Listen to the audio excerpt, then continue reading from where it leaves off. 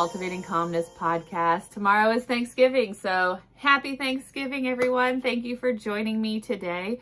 I wanted to spend some time talking a little bit about the positives for the holiday instead of all the drama that I tend to talk about or people talk about in preparing for holidays with family and friends, where it can just be drama and stress. And yes, all those things are true, but it's also good to find the positives in every situation. And so that's kind of what I want to talk about today. For me, Thanksgiving, I love Thanksgiving. I love Thanksgiving food. It's always been a time for family to get together and to celebrate, at least in my home. And I know that's not the case for everybody, and that's okay.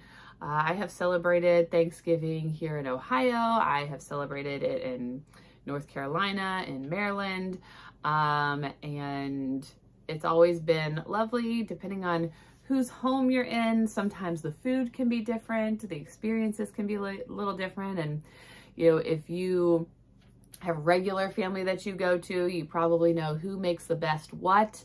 I know that I've always known that, and whose food you prefer best, and who cuts the turkey or carves the turkey best, and who can find the wishbone and who can't, and all of that. Okay, wishbone. I couldn't tell you where the wishbone is located, but I know my dad could, and I know my father-in-law can find it, but I personally, I guess, have never actually carved a turkey. That has always been the men's job in our house. It's just always happened like that. So, I'm sure other women know where it is. I have not, because I've never personally experienced it or had to. I'm sure if I had to do it, I would figure it out. I guess that's a question. How many of you have broken the wishbone and made a wish? I think we have had the intention to do it multiple years, and I recently found a couple of wishbones laying, stashed away in my kitchen, saved from previous years that we never actually broke. So maybe we'll actually get around to doing that this year. But this year in my house, my son, his birthday is on Thanksgiving this year. And the last time his birthday was on Thanksgiving, he was turning 4. Now he is turning 9. And I did a little bit of looking ahead on the calendar, and his next birthday that will actually be on Thanksgiving will be his 15th birthday. And I used to think that holiday birthdays were a regular, occurrence. That's just kind of how I thought I remembered it. My birthday falls on Martin Luther King Day every so many years. But going back and looking through my calendar, it wasn't regular. It wasn't like every 5 years it's on Martin Luther King Day or something. It was kind of like my son's. It was when he was 4 and then he was 9. So there's a 5-year gap, and then 9 and 15. So that's a 6-year gap. And I didn't look past that. And so it changes every year. You never quite know when it's going to fall on your birthday. And so I don't think he's super thrilled about his birthday being on Thanksgiving. I personally think it's kind of cool. I keep joking with him that we're going to put a candle in the turkey. And he doesn't like that idea. I think it's awesome. But what he doesn't know is that we're actually going to do a birthday Thanksgiving, and then we're going to celebrate Thanksgiving the next day. So what that means is he's a pretty picky eater. So he doesn't like any Thanksgiving food, like none of it. And so we're gonna do his favorite foods. So we're gonna have pizza and chicken nuggets and mac and cheese and corn, lots of carbs. But I mean, really, Thanksgiving's all about the carbs anyway, right? And he doesn't quite know it yet. I decided we would just kind of surprise him, and he would show up, and we would make him think we were going to do all of the regular Thanksgiving stuff, and then we're not. So we'll see how that goes. And I think he will like it when he realizes he doesn't have to eat all the Thanksgiving food on his birthday, but he will have to eat it the next day. So compromises, right? But I think that's kind of fun. So he wasn't born on Thanksgiving. I was actually past my due date on Thanksgiving, the year that he was born, and he was born 2 days after Thanksgiving. And just, another cool thing about him and his birthday, something he'll always be able to kind of share that I think is unique about him. As far as like other happy things, we think about the stress. We think about, am I going to get along with my family? Is the turkey going to get burned? Are we going to, is it going to be a problem? Some people have a really hard time with holidays, whether it's because of, a loss of a loved one, or strained relationships, or politics, or religion, or topics that come up, or, grouchy people that are there, or the grandma that always has to add her 2 cents and I just don't know how to stand up to her, or, handle those situations. Yes, those things are probably going to be present.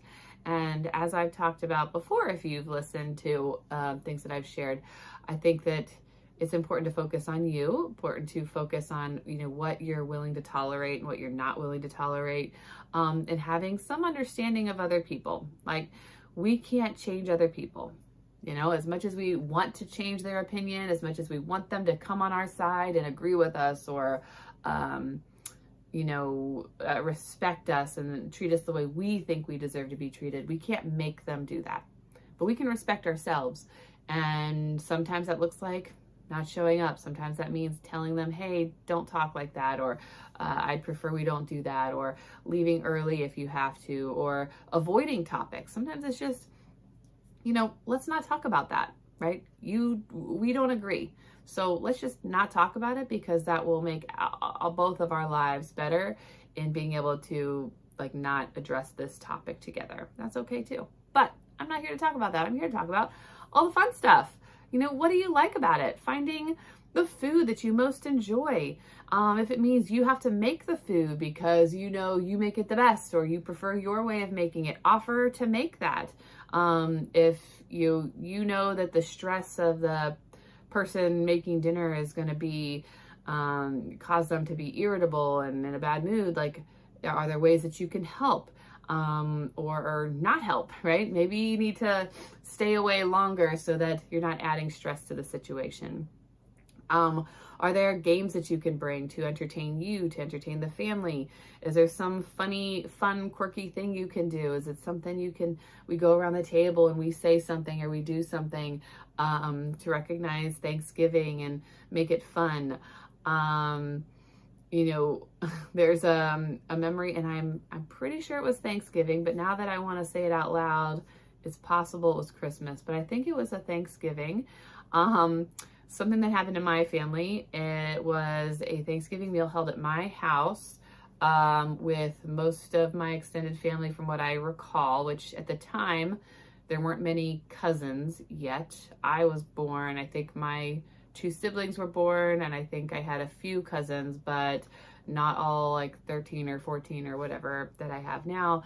The aunts and uncles were there. Well, someone asked someone else to toss them a roll or a biscuit. And so that person literally tossed them the biscuit. And apparently it wasn't taken as being very fun in the moment, but then some tossing ensued between people at the table of the biscuits. Well, someone took it upon themselves to collect said biscuits, or at least a few of them, in a napkin, and framed these biscuits and the napkin. And then at Christmas, either that year or the next year, I think it must have been that year, they gave it to the family member, I think, that had asked for them. And then it became a gift that was passed around for several years. I don't know if and when it stopped, but at some point, I think it probably stopped, but it was wrapped and it was given, and the adults would get this gift of the framed biscuits, rolls, whatever they were, every year for several years. And it was funny to me. I don't know if the adults thought it was funny. At some point, I think they must have thought it was funny, but I do recall hearing stories about how in the moment it was not funny and people were really upset. So that's how you can take a moment from the past that has maybe not been so great and turn it into something we can laugh about, right?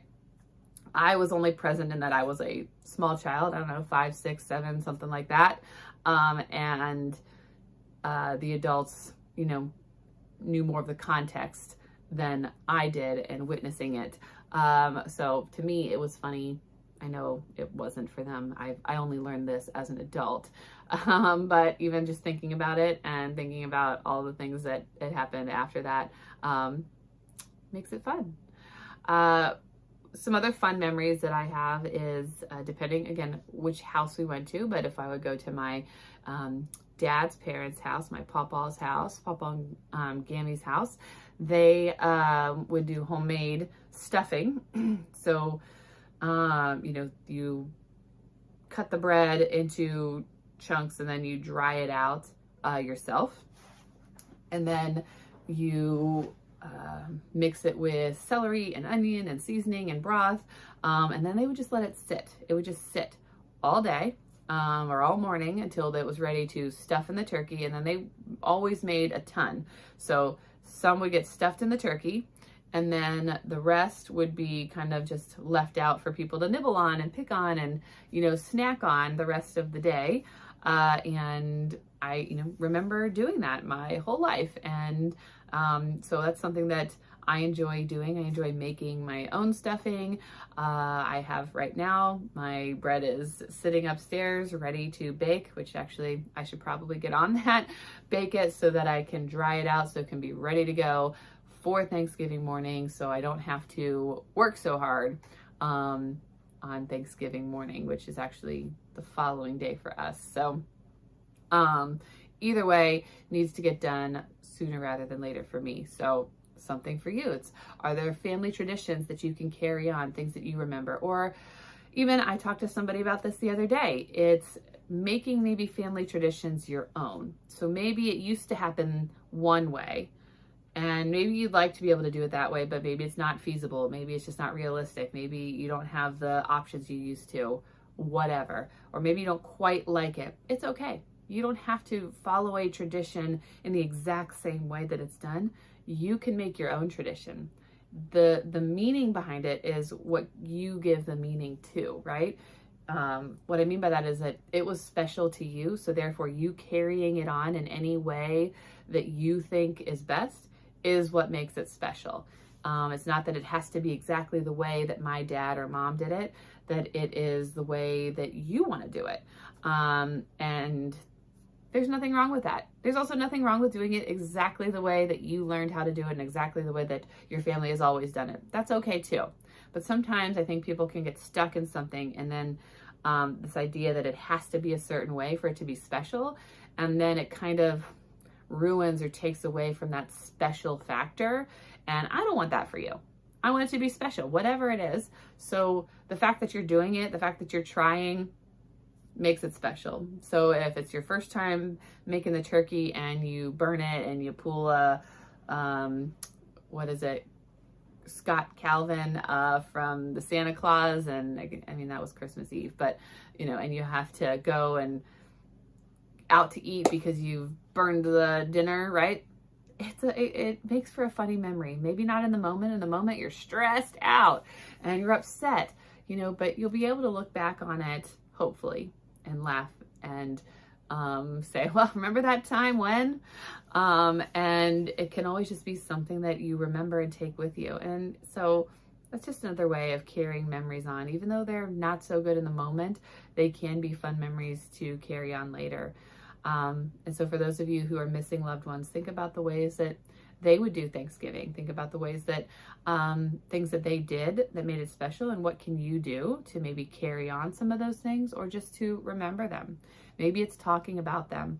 Maybe it's sharing something that they did, or doing one of the same traditions or things that they would do as a way of remembering them on this special occasion, on this holiday.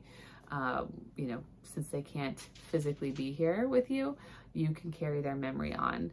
And that makes it just as special, but different. Obviously, for, you know, someone who's not here, who you wish was here, that's a hard place to be. And we do miss them, and we think about them.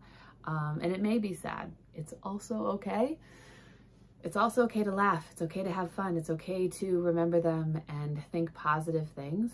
Some people end up feeling guilty that they're having fun, or that they didn't think about their loved one, or that, they didn't do something special. It's okay. There's no right or wrong way to do Thanksgiving and remember your loved one.